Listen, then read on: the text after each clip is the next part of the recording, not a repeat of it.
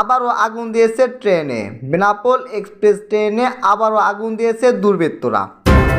বেনাপোল এক্সপ্রেসে আগুনের নিয়ন্ত্রণ। ফায়ার সার্ভিসের 7টি ইউনিটের চেষ্টায় বেনাপোল এক্সপ্রেস ট্রেনে আগুন নিয়ন্ত্রণ এসেছে। শুক্রবার 5 জানুয়ারি রাত 10টা 22 মিনিটে আগুন নিয়ন্ত্রণে আসে। এর আগে রাত 9টার দিকে বেনাপোল ট্রেনটিতে অগ্নিসংযোগ ও নাশকতাকারীরা ঘটায়। এই ঘটনায় এখন পর্যন্ত 4 জনের মৃত্যুর তথ্য পাওয়া গিয়েছে।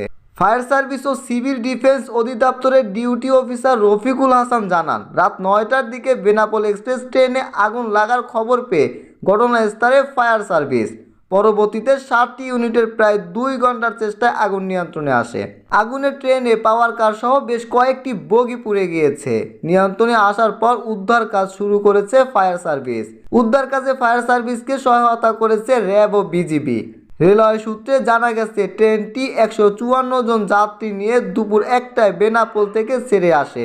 এর মধ্যে কমলাপুরগামী যাত্রী ছিলেন 49 জন। ট্রেনটি ঢাকায় পৌঁছানোর কথা রাত 8টা 45 মিনিটে। এর মধ্যে গোলাপবাগ পৌঁছালে আগুনের ঘটনা ঘটে। আমরা দেখেছি 2023 থেকে 2024 সালে প্রায় 9 থেকে 10টা ট্রেনে আগুন লাগানো হয়েছে। একের পর এক আগুন দিয়ে আমাদের হয়রানি করা হচ্ছে। আমাদের নিজেদের জীবন নিয়ে এখন টানাটানি। কতদিন চলবে এভাবে বুঝতে পারছি না আজ আমিও।